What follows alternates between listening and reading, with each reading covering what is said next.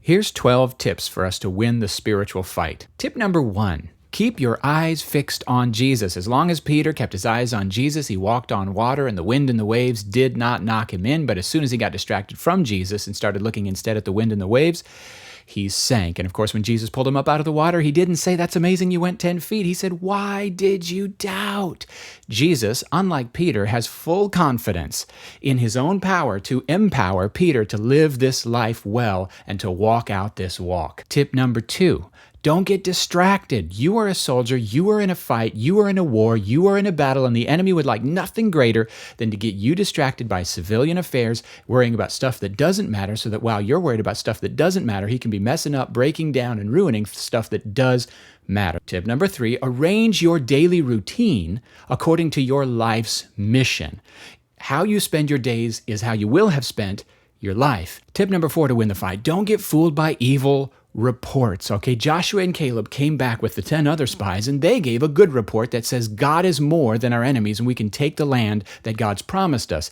10 of those spies gave a pathetic, evil report of we can't do it, we're not enough, it's a big failure, okay? So the ratio of good newsers to bad newsers is probably still about the same, 2 to 10, right? Even in the church. So here's what you got to do if you're going to win the fight that you're in. You got to ignore the bad newsers, and you got to listen to the good newsers that are telling you that you can do the thing God called you to do, and you can take the ground God's called you to take. Tip number 5, don't shoot the prisoners of war. In the video games my kids play, you lose a lot of points if you shoot the POWs that you're trying to rescue, okay? Our battle is not with flesh and blood, but with rulers and authorities, with spiritual evil that is manipulating people. The people are actually the point, which leads to the next tip. Tip number 6, don't fight with worldly weapons. We don't fight with power over, to manipulate, to control, to threaten, to punish, to judge.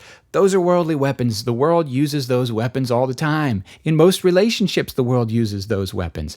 But our weapons are kindness and mercy and forgiveness and joy and peacemaking and praying for those who persecute us and doing active good toward those who are doing us active harm. That is our spiritual warfare. That joy, laughter, and worship. Tip number 7 is fight the fight you are actually in. You need to know the fight you're in, and you need to know the strategy God's given you, and you need to come back and review that often. Tip number 8, crucify victim self-talk. All the victim self-talk is various shades and kinds and colors of poor me. We live in a culture of aggrieved offenses, and it's very easy for that to slip into the church, validating victim narratives that steal our joy and our power instead of rising up and saying with anger, if needs be, I will not betray Jesus. None of this changes anything.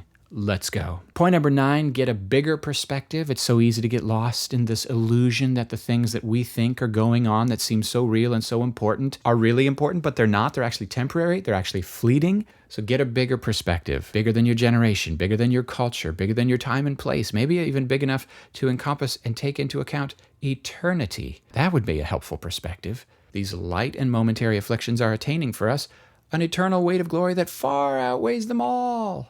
Tip number 10, be an encouragement to others. Have you ever had it to where just several people weren't there for you when you really needed them, and it created like massive discouragement in your life and it changed the whole fabric of everything? Well, imagine the opposite. Imagine if there was just 1 or 2 people who showed up in the clutch when you needed an encouragement. They looked you in the eyes, they put their hand on your shoulder, and they said, God's got this, you can do this, the Spirit is with you, press on. I believe in you. Now imagine this. Imagine if you could be that person for others. Be an encouragement. Tip number 11. The limitations and challenges you face are the very obstacles that make your life meaningful. Nobody wants to read a book where everything goes well. That's boring. That's irrelevant. The very thing that makes a story interesting is to see how the characters use their wit and their self-giving love to make the sacrifices necessary to do the right thing. In Acts chapter 8, there was a great persecution that broke out, but what we don't find is them sitting down on their butts, sucking their thumbs and feeling sorry for themselves, talking about the good old days in Acts chapter 2 when the Spirit was first poured out, or the good old days when Peter and John went up to pray and they pulled a lame man up off the ground and the whole city was like, wow, that's amazing, and they had favor with all the people. Oh, poor us, I can't believe it's happened. No, what do they do in Acts chapter 8 when a great persecution breaks out against them?